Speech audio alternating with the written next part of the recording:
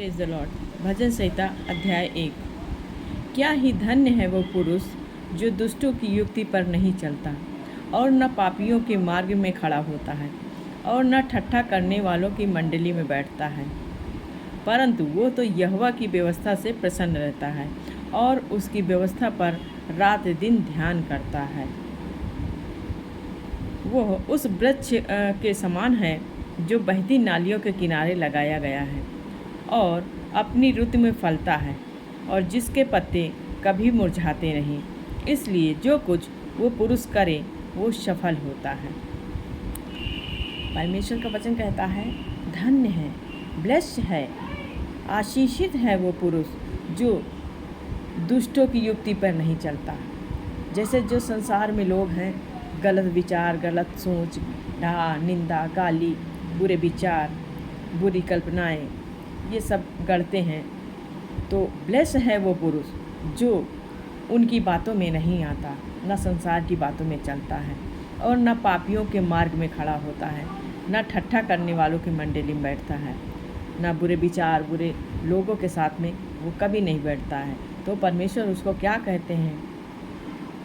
परंतु वो व्यवस्था से प्रसन्न रहता है, परमेश्वर की बातों में हमेशा लगा रहता है, परमेश्वर की बाइबल, परमेश्वर के वचन को पढ़ता है, हमेशा उसी में लगा रहता है। तो परमेश्वर के वचन में रात दिन ध्यान रहता है। तो परमेश्वर उस व्यक्ति को क्या कहते हैं? वह उस वृक्ष के समान है जो बहती नालियों के किनारे लगाया गया है। जो परमेश्वर कहते हैं कि उस वृक्ष के समान है जहाँ पर हमेशा जल, फूल, पानी, खाना हर समय उसके पास और आत्मा लहू से सींचा गया है। ऐसी परमेश्वर के वचन में हमेशा बना रहता है।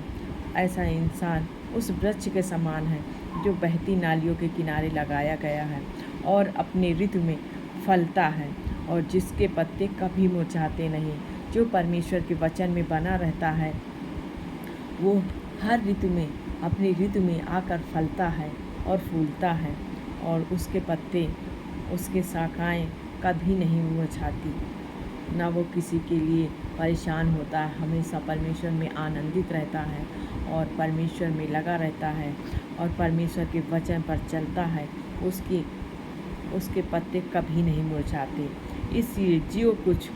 इसलिए ऐसा पुरुष जो कुछ भी करता है उसका काम सफल होता है, क्योंकि वो परमेश्वर की आज्ञाओं पे चलता है, परमेश्वर के वचन के अनुसार कार्य करता है और परमेश्वर को प्रथम स्थान देता है, तो उसके कार्य सफल होते हैं। दुष्ट लोग ऐसा नहीं करते, वे उस भूसी के समान है जो पवन से उड़ाई जाती है। दुष्ट लोग, उनका अस्तित्व ऐसा होता है कि जरा सी हवा चली और जरा सी बातें आई तो वो उड़ जाते हैं, गायब हो जाते हैं। इस कारण दुष्ट लोग अदालत में स्थिर नहीं रह सके, क्योंकि जब परमेश्वर की अदालत लगेगा, जब परमेश्वर का न्याय आएगा तो उस समय वो स्थिर नहीं, वो रहेंगे ही नहीं उस समय, परमेश्वर के समय पे। और न पापी धर्मियों की मंडली में ठहरेंगे और न पापी जो गुनहगार हैं, जो परमेश्वर के वचन को नहीं मानते, वो परमेश्वर के मार्ग में नहीं चलते और न पापी धर्मियों की मंडली में ठहरेंगे, क्योंकि यहोवा धर्मियों का मार्ग जानता है परंतु दुष्टों का मार्ग नष्ट हो जाता है। प्रभु यीशु मसीह धर्मियों के मार्ग को जानते हैं, क्योंकि परमेश्वर गुर्दों को जानने वाले हैं, क्योंकि परमेश्वर की ही सारी सृष्टि है, परमेश्वर ने ही हम सबको बनाया है। तो परमेश्वर हर एक के मनों को जानता है।